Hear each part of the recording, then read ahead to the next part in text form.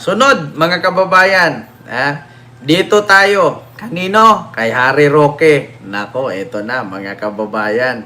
Isa pa to, buang rin. Mga kababayan, ito po ang usapin ngayon. Ano yan, Ken? Si Harry Roque. Alam nyo ba si Harry Roque? Nako, mga kababayan. Mukhang unti-unti nang bumaliktad. Kawawa naman yung mga taga Mindanao na hindi buang. Mga kababayan, si Harry Roque po, sa kasawiang palad ay bumaliktad na. Bakit? Ito pakinggan nyo mga kababayan. Pansin kasi ni Harry Roque, mga kababayan, na parang si Sara tagilid na. Ma'am Lori Ramos, silo po, parang si Sara tagilid na. Kaya ang sabi ni Harry Roque, kayong mga DDS, sabi ni Harry Roque yan kayong mga DDS, tigil-tigilan ninyo yung ilusyon ninyo. Kung ngayon daw ura-urada mag-eleksyon, hindi daw manalo si Sara. Kaya tigil-tigilan, malabo daw, malayo daw yan sa mga inakala ninyo. Nako, bumaliktad si Roque. Tingnan ninyo mga kababayan. Kinalaban mga DDS. Ewan ko kung bakit ganito. Si VP Sara ng kinaguriang DIP. Ayan, mga kababayan. WH leaks. Ayan Ito, mga kababayan. Pakinggan nyo si Harry Roque, pakinggan ninyo. Pular at palibasa sa survey, si Inday Sara ang Ito, pakinggan ninyo. dahil sa totoo lang po, yung sinasabi ng marami na si Inday Sara ang susunod na presidente na sa 2028, sa akin po, malabong mangyari yan. Wag po Kita ninyo? Sinabi daw ng maraming mga DDS na si Sara daw ay manalo na presidente sa 2028, malabong mangyari yan. Nako po. Ano to, Roque? Anong pakulo na naman ito? Tanong ko lang ano ito, Harry Roque? Ito na ba yung pamamaraan mo para pag umuwi ka? Manipulation tactic na naman yan. Ito na, sabi ko nga sa inyo mga kababayan. Ulitin ko dahil sa totoo lang po, yung sinasabi ng marami na si Inday Sara ang susunod na presidente na sa 2028, Ma'am Alma, hello sa po. akin po, malabong mangyari yan. Wag po tayong magkamali na isipin na palibasa popular at palibasa sa survey, si Inday Sara ang namumuno sa eleksyon. Kung gagawin ngayon yan, dahil sa totoo lang po, malabong mangyari yan. Dahil sa totoo lang po, yung sinasabi ng marami na si Inday Sara ang susunod na presidente na sa 2028, sa akin po, malabong mangyari yan. Wag po tayong magkamali na isipin na palibasa popular at palibasa sa survey, si Inday Sara ang namumuno sa eleksyon. Kung gagawin ngayon yan, dahil sa totoo lang po, malabong mangyari yan. Kita ninyo? Nako. Si Harry Roque na mismo nagsabi. Sa mga DDS daw dyan.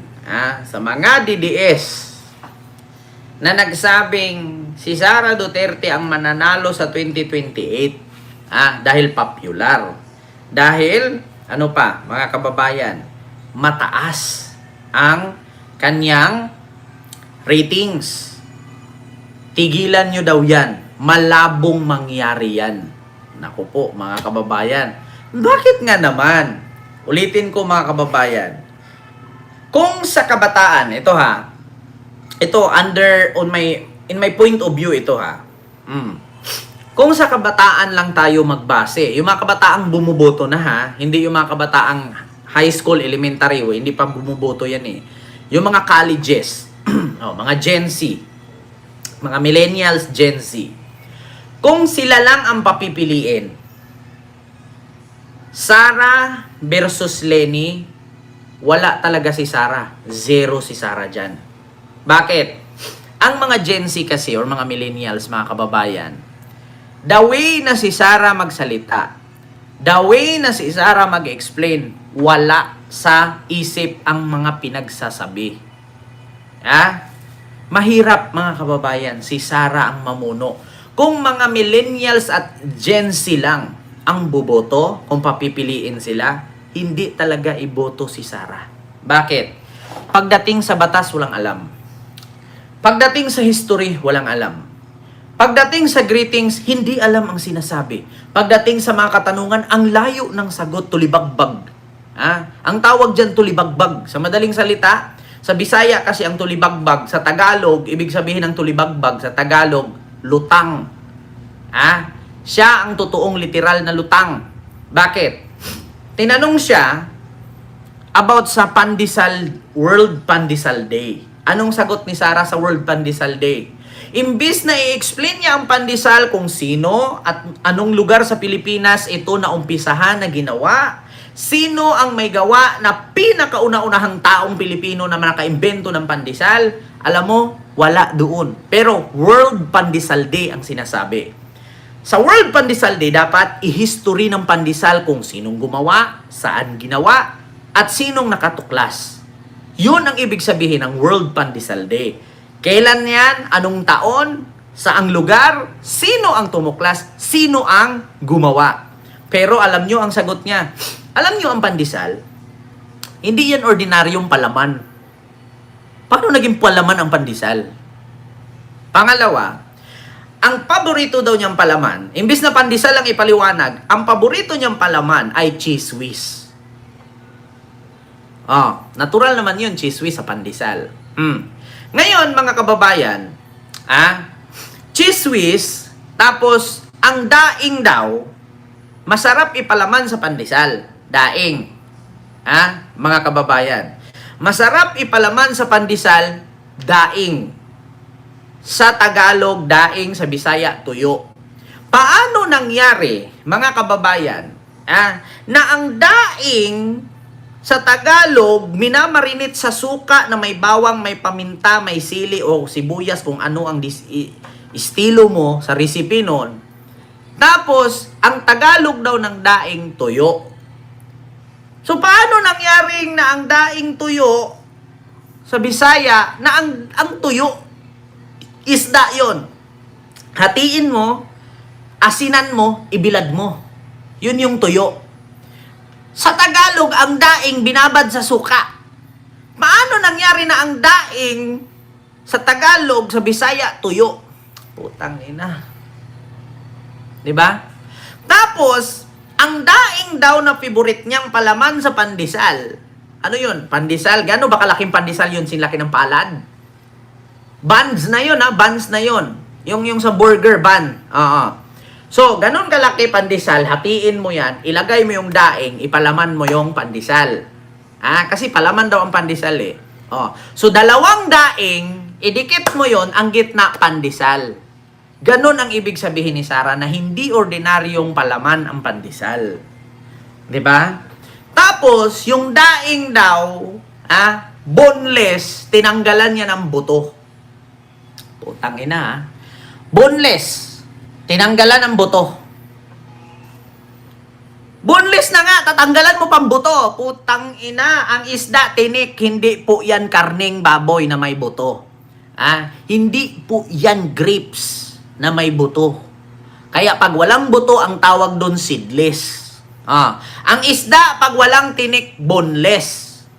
Boneless na daing, walang buto, tinanggalan daw niya ng buto.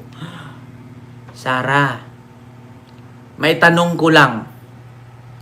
Kailan ba nag-umpisa na ang daing tinanggalan ng tinik at boneless siya?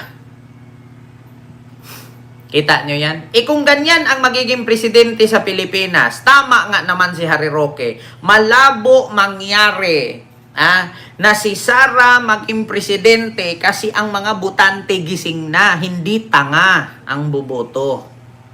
Hindi tanga. Ulitin ko mga kababayan. Dahil sa totoo lang po, yung sinasabi ng marami na si Inday Sara ang susunod na presidente na sa 2028, sa akin po, malabong mangyari yan. Huwag po tayong magkamali na isipin na palibasa popular at palibasa sa survey si Inday Sara ang namumuno sa eleksyon. Kung gagawin yan, dahil sa totoo lang po, malabong mangyari yan. Dahil sa totoo malabo talaga mangyari yan. Bakit? Kasi ganito po mga kababayan. No?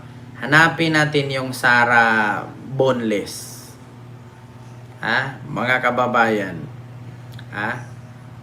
Naku, matatawa kayo dito, mga kababayan. sa explanation ni Sarang Boneless. Tapos sinabi pa niya, pag ako naglabas ng intriga, kailangan may ebidensya. Kasi kung wala kang ebidensya, chismis lang. So ang taong nagpakalat ng chismis, ang tawag doon chismosa. Kailan ba siya nagkaroon ng intriga na may ebidensya? Ha, mga kababayan? Minsan lahat naman ng pinagsasabi niya, wala talagang ebidensya. Mga kababayan. Hindi ko lang makita dito yung matagal-tagal na kasi yung buto na yung boneless daw na pandesal eh. Diba, mga kababayan? Kung makita ko lang talaga yun dito na iwan ko lang matawa kayo.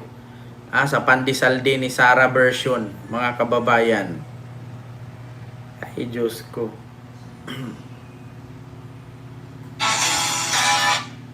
Ito ha, mga kababayan. Ito. Sara Duterte Pandesal.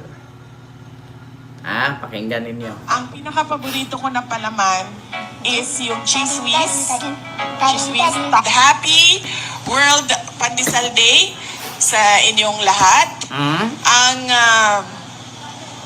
pandesal, paborito ko, hindi siya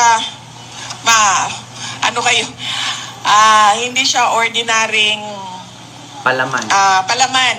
Ang pinaka-paborito ko na palaman, Ano daw pandesal, hindi ordinaryong palaman? Kailan ba naging palaman ang pandesal? Tapos, World Pandesal Day, ang pinaliwanag niya, cheese whiz, palaman. is yung cheese whiz. Oh, nag-promote Cheese pa. whiz, tapos yung daing. Oh, Ulat da- sa Bisaya. Yung daing. Boneless na siya. Tinatanggal ko siya sa Ako na palaman is yung cheese whiz. Cheese whiz. Tapos yung daing. Ulat sa Bisaya. Bulat. Yung daing. Boneless na siya. Tinatanggal ko siya sa Buto. sa mga buto. Tapos nilalagay ko siya doon sa loob. We always wanted to be the best in everything. You know, within a year after we assumed office, we already got our ISO certification. We have been topping all the COA audit reports during the entire course of my vice presidency. We have been, we have been recognized for many of our programs, and I think it's not the recognition. Ganyan dapat ang maging vice president. Magaling magsalita, either English, Tagalog, o Bisaya. Kahit saan ka isabak, kahit saan ka, di ba? Ipanlaban, nakakasagot ka.